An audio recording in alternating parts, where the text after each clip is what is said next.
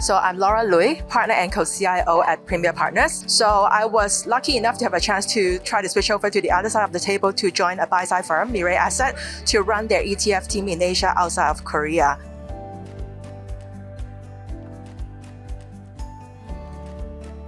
So the predominating factor would still be the US rate hike cycle. As you have seen, the dollar strengthening this year has created huge volatility in the market, dragging the performances of like euros, Japanese yen, British pounds, and even Chinese yuan to drop more than 10% against the greenbacks. But having said that, we are seeing signs of maybe a slowing pricing pressure in the US lately. So if the Fed is really going to pivot away from the hawkish tone, then we will be seeing more opportunities coming back to currencies market again, especially maybe Asian currencies that people are expecting more upside. But in terms of uncertainties, I think the geopolitical tension between Ukraine and Russia will still be valid. We'll be watching its impact on the energy pricing in Europe and also the reopening in China and its implication to the global commodity prices.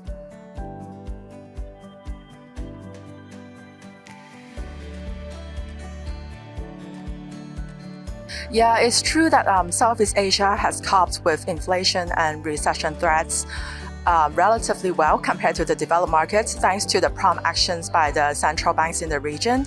But Asian credits, however, just like the global peers, they were seeing substantial mark-to-market losses. So in the next 12 months, personally, I think it's going to improve in terms of momentum because of the economic recovery. We are seeing some steady signals already, and also the surging domestic consumptions. We are seeing foreign investments returning to the region.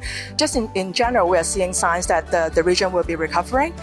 So if the improved interest rate, we're not seeing an outright downward shift in terms of the yield curve, then I think the outlook should be quite positive. But one wild card, I would say, it would be in terms of the global recession concerns. So if this uncertainty of the recession in global or US may kick in, then there might be some impact in terms of like hiccups in the export order numbers for ASEAN region.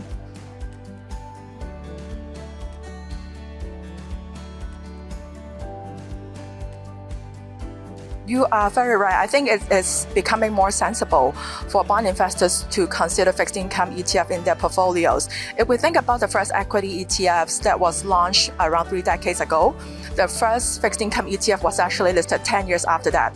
So the popularity and varieties of fixed income ETFs only increased dramatically through the past few years.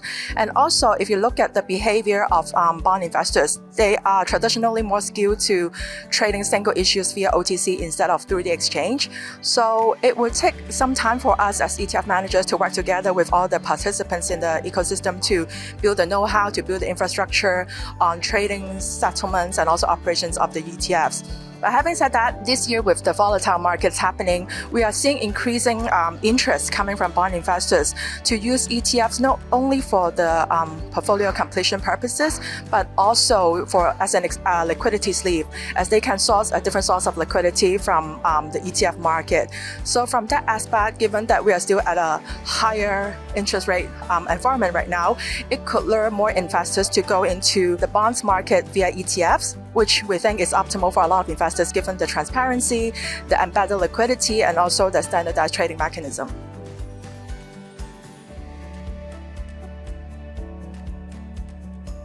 Yeah, so Asian investors, typically they are more interested in the growth themes, growth sectors. So I think the new economy that is emphasizing on growth will come back very soon. So in terms of like growth sectors, what we mean here is the aging population, the green economy, robotics and automation, the middle class or consumption upgrade domestically. These are themes that we still see investors asking about all the times. And in terms of markets, we think ASEAN as a cluster is still very interesting, given like we discussed earlier, the economic recovery and also the global supply chain shift that we're seeing from the north to the south. And also Vietnam is also a very interesting market to look at right now in terms of valuation.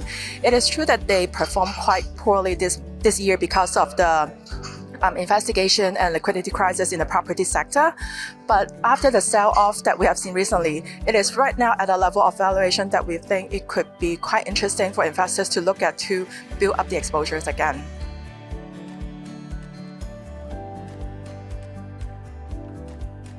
So for China market, investors are generally more concerned on few key issues, which is the domestic politics, the COVID-0 strategy, US-China relationship, and also the slump in the property sector.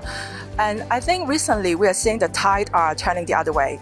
So for example, the political leadership lineup was confirmed earlier in the party congress in October. And in terms of zero COVID strategy, we are seeing some relaxation or signals from the local government about that. And we have seen the presidency and Biden meeting at G20, which is better than what people expected. And last but not least, we are seeing more heavy measures coming out to support the property sector. So from that angle, we think the story for recovery rally is in place for Chinese market, but and also in terms of growth, China will be one of the least countries that we'll be seeing globally that will still be seeing around 4 to 5% of growth every year for the next decade as expected by market.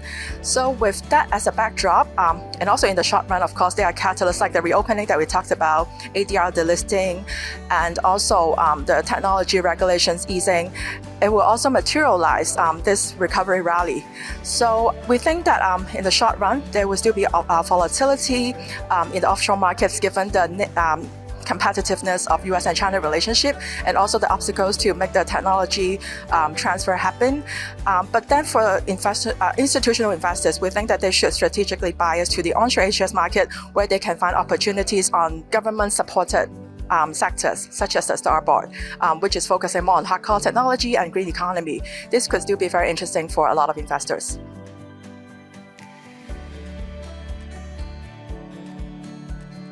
So first of all, I like how you will be splitting the tracks in the afternoon so we can easily pick ourselves if we are more interested in tracks of fixed income, FX, or workshops with more interactions. And also the topics and speakers that you have lined up, I really enjoy, especially for the morning section. It's helping us to plan ahead, and it's very instant reaction to what the market is happening right now. And also the quality of the participants. I'm naming more than 2 points right now, but I think they are very good to provide more insights from this region, especially for people like me coming from Hong Kong.